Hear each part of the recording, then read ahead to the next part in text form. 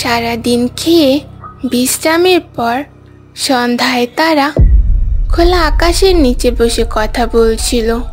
তখনই দীপক রমেশকে বলল, তুমি এখনো এত চিন্তা করছো কেন? আমি আছি তো তোমার সাথে। আর তুমি এখনো আমাকে বলনি যে কি হচ্ছে তোমার সাথে। কেন তুমি এত চিন্তিত আর বিষণ্ণ? কেন বা বলছো না কি হয়েছে তোমার সাথে আর কি বা হতে চলেছে? বলো আমাকে। হ্যাঁ, তোমাকে বলার জন্যই তো এখানে ডেকেছি। কিছুদিন ধরে এখানের কোনো কিছুই ভালো যাচ্ছে না। চারিদিক যেন আতঙ্কের ছায়া। দিনে দিনে মানুষ, পশু পাখি সব কিছুই যেন বিলীন হয়ে যাইতেছে, কিন্তু কোনো কিছু বোঝার কোনো উপায় নেই। এমন সুন্দর শহরে যদি কালো ছায়া নেমে আসে তাহলেই তো মনের মধ্যে সবসময় আতঙ্ক থাকবেই। ঠিক তেমনি আমিও হয়ে গেছি। কিন্তু কারণটা তো তুমি বলছো না আমাকে। কি এমন আছে বা কি হয়েছে যার জন্য এরকম হচ্ছে? আর কেনই বা হচ্ছে? তুমি একটু ভালো করে খুলে বলো তো আসলে ব্যাপারটা কি।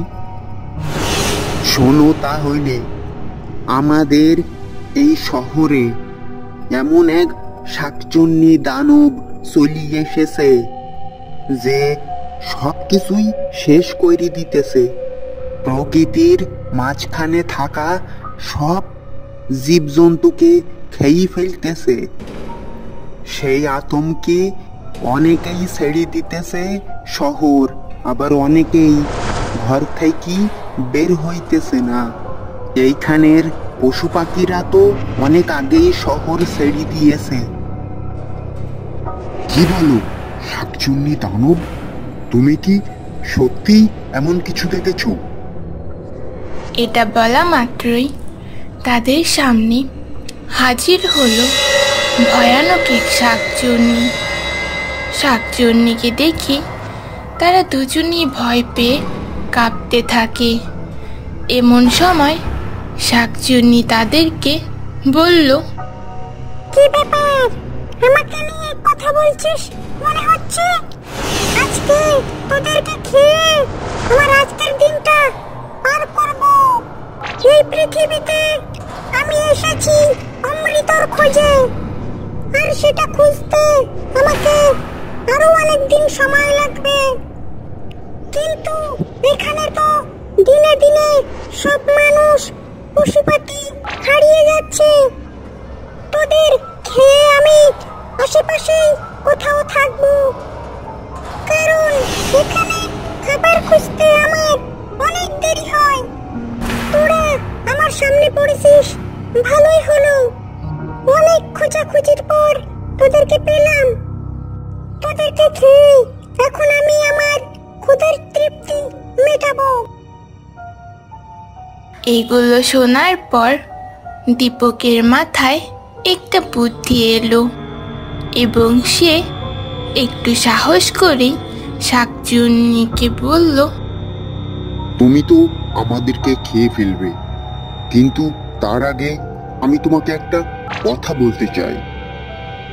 আমি কিন্তু জানি অমৃত কোথায়, কিন্তু তুমি যদি আমাদেরকে খেয়ে ফেলো তাহলে তুমি অমৃতর সন্ধান কোনোদিনই পাবে না। আর যদি তুমি অমৃতর সন্ধান পেতে চাও তাহলে আমার একটা প্রশ্নের উত্তর দিতে হবে। তুই জানিস অমৃত কোথায়? আমি শুধু অমৃতের খোঁজে পৃথিবীতে এসেছি। বল আমাকে এখনই অমৃত কোথায়?